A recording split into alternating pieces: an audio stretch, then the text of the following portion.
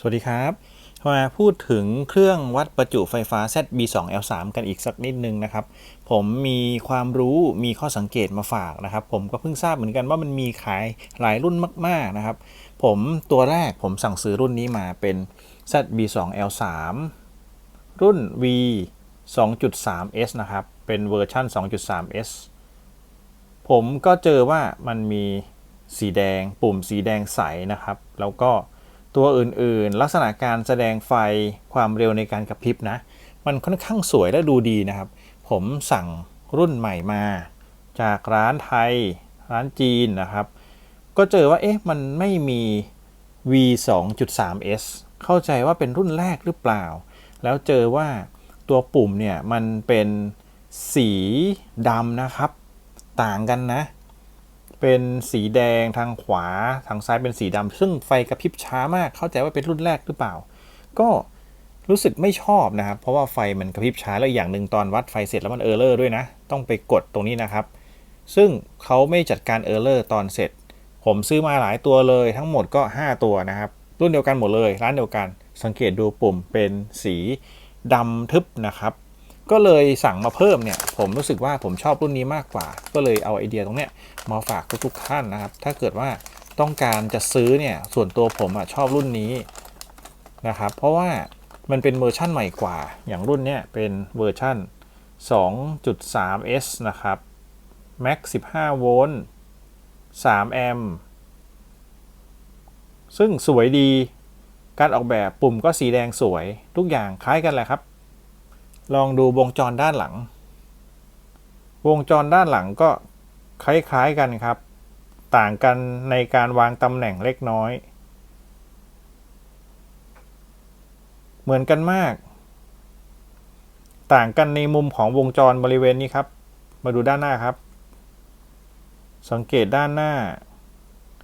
การวางตำแหน่งใกล้เคียงกันถือว่าไฟแล้วก็สวิตช์ตัวต้านทานตัว R แทบจะเหมือนกันเลยครับใกล้เคียงกันมากมีตรงตำแหน่งด้านล่างต่างกันเล็กน้อยนิดเดียวนะครับผมชอบรุ่นทางขวาสวยดีและลงตัวก็เลยถือโอกาสเอาความแตกต่างมาให้ชมนะครับมาดูความแตกต่างที่ผมสังเกตเห็นนะครับฝั่งทางซ้ายสังเกตดูว่ามันมีความไม่เหมือนกันอยู่นะครับมันมีความคลาดเคลื่อนนะสังเกตดูแบตเตอรี่ยี่ห้อเดียวกันพาโลทั้งหมดนะครับแล้วโวลต์ตกค่อมอยู่ที่ 1.48 ตัวนี้ 1.53 นะครับส่วนทางขวามันใกล้เคียงกันดีเนี่ยครับแล้วก็มันรู้สึกสมูทดีนะ 1.52 1.53 ใกล้ๆกันเนี่ยครับมันดูมีความเที่ยงตรงมากกว่าสำหรับทางขวาที่เป็นปุ่มแดงใสนะครับผมจะกดเริ่มชาร์จสังเกตดูตรงนี้นะครับมันจะเป็นแวบเดียวนะ 0.5 โวลต์เขาจะหยุดที่ 0.5 โวลต์นะครับโดยมาตรฐานไฟก็จะแวบสังเกตดูครับลักษณะของไฟทางด้านขวาตัวเนี้ยมันจะเคลื่อนที่ช้าๆกับพริบช้ากว่านะครับตัวนี้ก็เช่นเดียวกันตัวนี้ผมจะกดมาตรฐานเลยเขาจะตัดไฟที่ 0.5 โวลต์นะครับซึ่งก็ไม่ได้ซีเรียสอะไรนะมาดูฝั่งทางขวาครับตอนนี้อยู่ที่โวลต์ต่อค่อม 1.53 นะครับผมจะใช้โหมดออโต้ออโต้ไม่ได้เพราะว่าไฟเขาตัดที่ 1.2 ไม่ได้นะครับเอาใหม่ก็ต้องปรับนิดนึงครับปรับลดนะครับให้เขาตัดที่ 0.5 เช่นเดียวกันอาจจะต้องแมนนวลนิดหน่อยโอเคนะครับ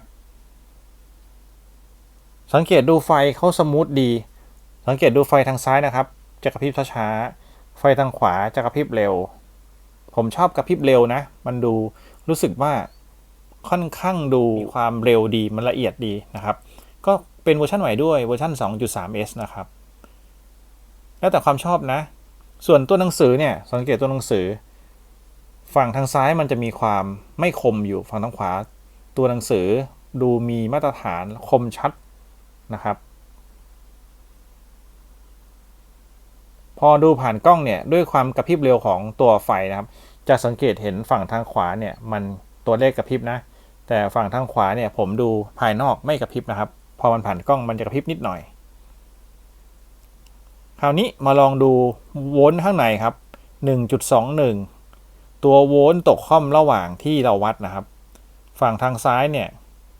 โวลต์ตกค่อมสักครู่นะครับดูฝั่งทางซ้ายนะตัว V ตกค่อมอยู่ 0.8 0.9 นะครับมันแปลกๆดูมันเออร์เลอร์มันรวนนะผมยังไม่เคยใช้ฐานพาโลก้อนนี้เลยก็แปลกๆเนี่ยอาจจะต้องเปลี่ยนวงจรทำไมโวลต์ตกค่อมมันหล่นเร็วจังนะครับขึ้นมาแล้วประมาณ 1.05 ตัวนี้ 1.2 นะครับแล้วพอมาดูวงจรนี้เดี๋ยวผมจะลดโวลต์ลงไปที่ 0.5 นะครับ start โอเคมาแล้วกระแส 270 มิลลิแอมป์ 1.19 1.22 ถือว่าใกล้เคียงกันครับกระแสดูค่าตัว A นะครับตัว A 251 265การจ่ายกระแสออกอยู่ที่ประมาณ260ผมเฉลี่ยประมาณนี้ลองดูฝั่งนี้ครับตอนนี้การจ่ายกระแสออกที่ตัว A นะครับ255ตัวล่าง258ถือว่าโอเคครับใกล้เคียงกันแต่ผมมีอีกตัวหนึ่งที่มันกระโดดไป300ผมรู้สึกว่ามันกระโดดไปได้ไงก็ไม่รู้ไม่ได้มาตรฐานนะครับก็เลยรู้สึกว่าฝั่งทางซ้ายไม่ชอบส่วนไอเดียผมเนี่ยคือผมจะเปลี่ยนมาใช้ฝั่งทางขวาหมดเลยรุ่นที่ปุ่มสีแดงทั้ง4ตัวนะครับผมซื้อมาแล้วมีอีก2ตัวที่ยังไม่ได้ต่อเดี๋ยวต่อตรงเนี้ยแทนฝั่งทางซ้ายผมจะใส่ลิงก์ไว้ให้ทั้ง2ร้านนะครับถ้าเกิดว่าท่านใดที่ต้องการ ZB2L3 จริงๆผมแนะนำเวอร์ชั่น 2.3S นะครับตัวทางขวานะสำหรับตัวทางซ้ายเนี่ยก็ใช้ดีไม่ได้ขี้เหร่ใช้งานได้เหมือนกันแต่ว่าความแม่นยำความคาดเคลื่อนมันเยอะกว่าซื้อมาทั้งหมด4ตัวจริงๆผมมีทั้งหมด5ตัวนะครับแต่4ตัวเนี่ยผมรู้สึกว่าเขาทำงานได้ไม่นิ่งเลยตัวอื่นเขาจ่ายกระแสที่260อย่างเงี้ยครับตัวนั้นจ่ายที่320มันดูมันไม่ได้มาตรฐานมันมีตัวที่กระโดดไปนะครับก็รู้สึกว่าแปลกๆผมก็เลยพยายามสั่งตัวทางขวามารู้สึกว่า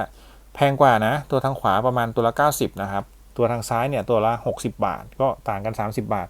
ขึ้นอยู่กับความชอบบางคนอาจจะชอบปุ่มแดงบางคนอาจจะชอบปุ่มดำมีปุ่มแดงทึบด้วยนะมีวางขายเต็มไปหมดเลยผมเลือกกว่าจะได้แดงใสมาและผมวิเคราะห์ให้แล้วถ้าเกิดว่าท่านใดที่อยากได้เครื่องวัดประจุ ZB2L3 สำหรับแบตเตอรี่ลิเธียมไอออน AA หรือ 3A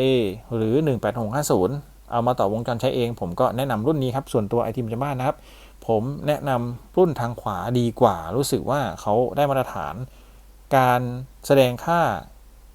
แต่ละส่วนมันใกล้เคียงกันแบตเตอรี่อาจจะมีคำคาดเคลื่อนเล็กน้อยแต่เขาก็เดี๋ยวเขาก็ปรับจูนแล้วก็ขยับเพิ่มเติมเองนะครับอัตราการจ่ายไฟนิ่งส่วนโวลต์ตกค่อมเนี่ยก็ขึ้นอยู่กับตัวแบตนะครับว่าเขาโวลต์ตกค่อมเท่าไหร่แต่ว่าการดึงกระแสไฟเนี่ยโอเคนิ่งมากๆนะครับแอบชอบเป็นการส่วนตัวนะครับฝั่งทางขวานะก็ขึ้นอยู่กับความชอบในการแสดงผลในการเลือกของแต่ละคนนะครับอันนี้ก็เอามาฝากให้เห็นความแตกต่างประมาณนี้สำหรับคลิปนี้ก็ท่านใดมีคำถามคอมเมนต์เอาไว้ได้เดี๋ยวจะรีบทดสอบมาตอบให้นะครับขอบคุณที่รับชมนะครับสวัสดีครับ